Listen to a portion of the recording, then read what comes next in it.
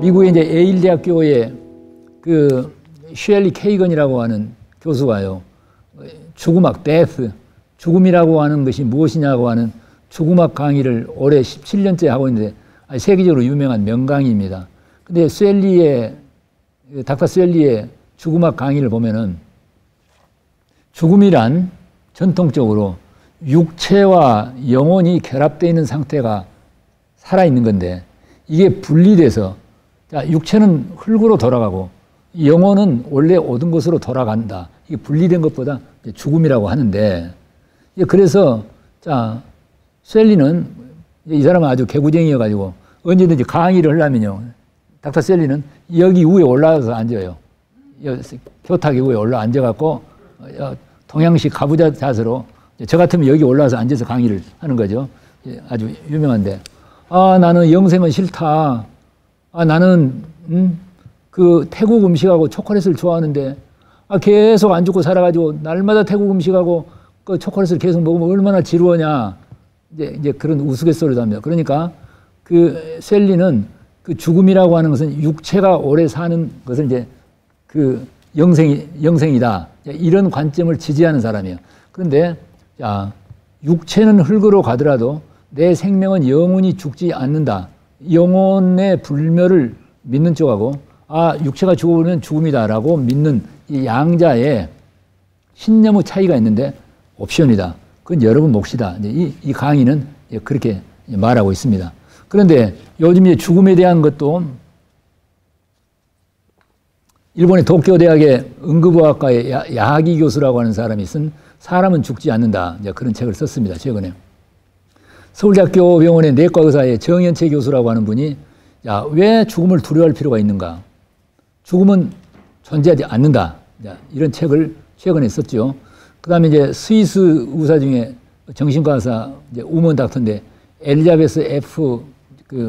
로우스라고 하는 의사가 사후생, 죽음 다음에 그 생명에 대한 그런 책도 있습니다. 의사들도 요즘 웰빙, 웰다잉 이런 이야기가 많이 있죠. 그래서 우리가 결국은 그 죽음에 대해서도 요즘은 많이 연구를 하고 있는데, 그럼 과연 많은 사람들이 결국은 이제 죽음에 대한 공포를 가지고 있는데, 그럼 죽음을 어떻게 해결할 것이냐에 대해서 이제 많은 연구들이 있습니다. 저는 아까 메가더와 같은 그러한 선택이 우리 환자들에게 도움이 되겠다 싶어서 나는 이미 영생을 얻었다라고 하는 쪽을 원한다면 선택은 옵션인데, 그러니까 땅을 보고서 내 육체를 보면 죽음이 있는데, 하늘을 보면은 나는 죽음이 없다. 이 중에서 어떤 걸 선택할 것인가 본인이 옵션이란 말입니다.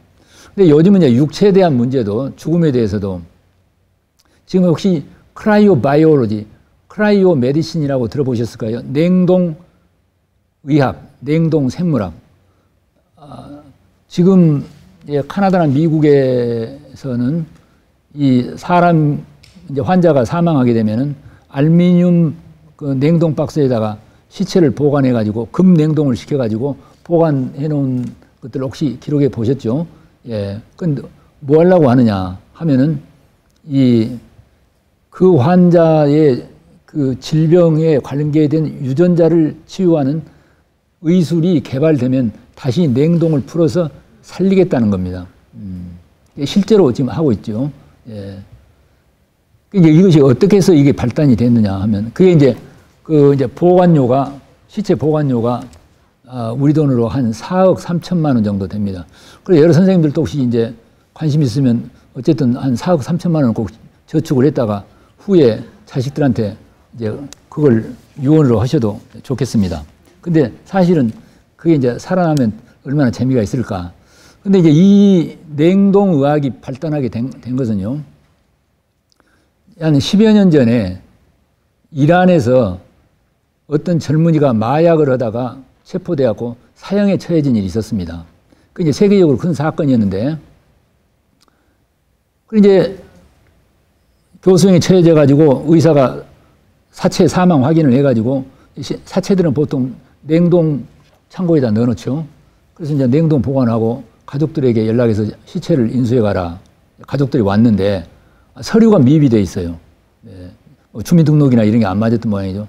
그래서 이제 그 사체를 냉동실에서 꺼내놨으니까 그럼 얼른 가서 가져와라.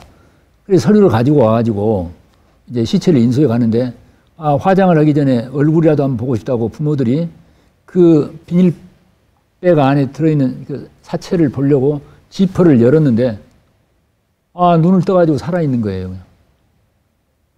이게 큰 사건이 됐습니다. 세계적으로. 그래 이제 이란 정부 법무부에서는 사형을 다시 집행해야 되겠다. 그러니까 이제 시민들이 들고 일어났습니다. 사형을 집행했지 않느냐. 왜 다시 살아나고 마약을 또 한 것도 아닌데 왜 또 사형을 시켜야. 그래서 죽여라, 살려라. 이게 이제 양자의 아주 요즘 우리 한국에 뭐 촛불 집회하고 태극기 집회가 맞불하듯이 그런 사건이 있었습니다. 그래 결국은 그 최고의 그 이란의 종교 지도자가 이것은 신의 뜻인갑다 해서 살려주라 해서 지금 살았습니다. 이제 그 사건이 난 후로 세계적으로 사망을 확인해가지고 의사가 사망 확인해서 시체 시체 보관소에다 넣었는데 살아난 사건들이 여기저기서 보고가 됐습니다. 아마 어림잡아 한 300~400명 정도. 그래서 그 살아난 사람들을 우리 의학용어로 오토 리서시테이션 페노메논이다. 자동 소생 현상이다. 예. 그런데 이제 왜 의사들이 병원에 발표를 못 했냐면은 죽은 사람이 살아난 걸 발표를 하게 되면 그 병원 신뢰가 어떻게 됩니까? 누가 예를 모진해가지고 산 사람을 죽었다고 해가지고서 시체 창고에 넣은 것 아니냐. 이런 공격을 받을 수 있기 때문에 말을 못 했지만은 이것이 죽었다가 살아나는 일이 자연스럽게 있구나. 왜 어떻게 살아났냐. 그래서 이게 이제 카나다에서 4살 묵은 아기가 부모하고 같이 그 저녁에 잠을 잤는데 아침에 일어나 보니까요. 아기가 사라져버려서 안 보여요. 벽장을 뒤지고 화장실에 가도 아무리 뒤져도 없어. 눈이 많이 왔는데 마당 저쪽 한쪽에 이렇게 볼록하게 있는데 그 아기가 거기서 완전히 꽁꽁 얼어 죽어 있는 거예요. 몽유병이 있었는지. 그래 이제 병원에 데리고 가가지고 그 얼었던 걸 냉동을 풀었는데 살아나 버렸어요. 그게 이제 크게 이제 뉴스가 됐습니다. 그래 이제 카나다 북쪽에 그 깊은 산에 사는 산 사람들이 우리 산에는 그 산개구리들, 그것보다 우드 프로그라고 그래. 숲속 개구리들이 거기는 보통 영하 30~40도까지 겨울에 되는데 겨울에 다 꽁꽁 얼어가지고 이렇게 얼음처럼 얼었는데 봄이 돼서 냉동이 풀으면 다 살아난다는 거예요. 이게 지금 말이 안 되는 이야기다. 서너 달 동안 꽁꽁 얼어갖고 죽었는데 어떻게 살아나냐. 전에부터 갖고 이야기해도 그게 너가 잘못 봐서 그러지 말이 안 된다. 근데 이제 이 소생 현상이 나오면서 미국의 동물학자들이 그 우드 프로그를 산에 가가지고 여름에 개구리들이 뛰어놀 때 개구리들을 잡아다가 실험실에 냉동실에다 넣었습니다. 넣으니까 다 꽁꽁 얼어버렸죠. 100% 얼음덩어리 다 죽었습니다. 심장도 혈관도 다 얼었는데. 그래 이제 그걸 풀어놓으니까 어떻습니까? 냉동이 풀리니까 다 살아나 버려. 인터넷에서 볼 수가 있습니다. 어항에 물고기가 살아나는 것 혹시 들으셨을까요? 한국에 우리 이여령 교수 아실까요? 예, 문화부 장관도 하고.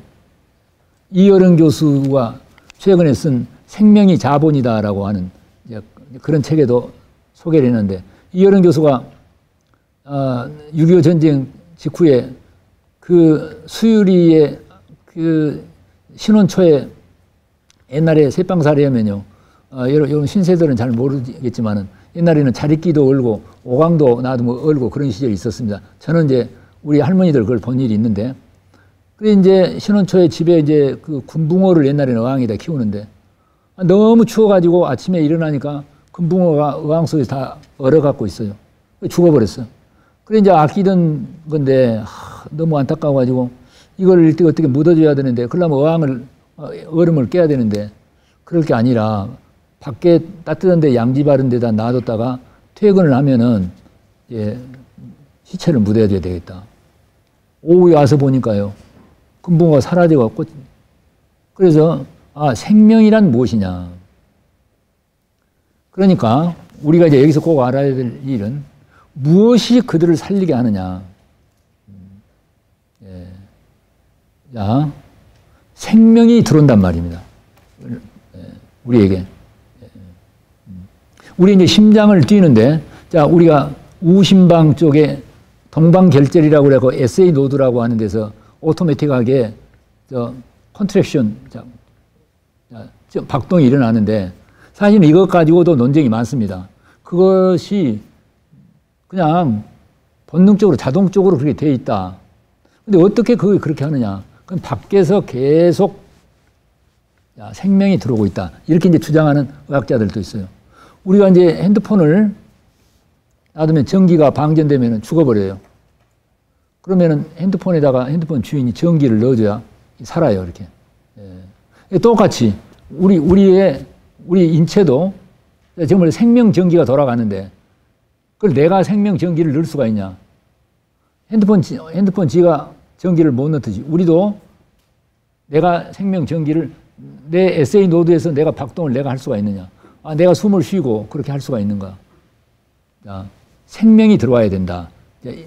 이런 내용이 요즘 죽음 의학에서 이야기가 되고 있습니다. 자, 물고기가 물에 있으면 살아요. 물을 빼버리면 바로 죽어버려요. 물고기가 물에 있을 때 뭐가 들어옵니까? 생명이 들어와요, 이렇게. 예. 그럼 물고기는 생명이 들어온다는 걸 알까요? 예. 아, 우리는 지금 사실은 생명의 바닷속에 있어요, 우리가. 예. 거기에 맞도록 유전자를 만들어놨어요. 근데 물고기가 물속에 있는 걸 모르듯이 우리도 생명의 바닷속에 있는데 우리가 감지를 못하고 있을 수 있다. 자, 콩을 하나를 물에다가 넣어서 벽장 안에다가 넣어놓으면 썩어버리거나 자라면 콩나물이 되는데 이 같은 콩을 땅에다가 떨어뜨려갖고 땅과 햇빛의 영향을 받으면 콩나무가 됩니다. 그러니까 생명이 이걸 콩의 안에 씨눈 안에는 완벽한 유전자가 싹이 나가지고 줄기가 나고 가지가 나고 잎이 피고 꽃이 피고 열매가 맺을 수 있는 완벽한 유전자가 생명 시스템이 조물주가 만들어 놨는데 그게 땅과 햇볕을 접촉할 때 왜 그렇게 되느냐?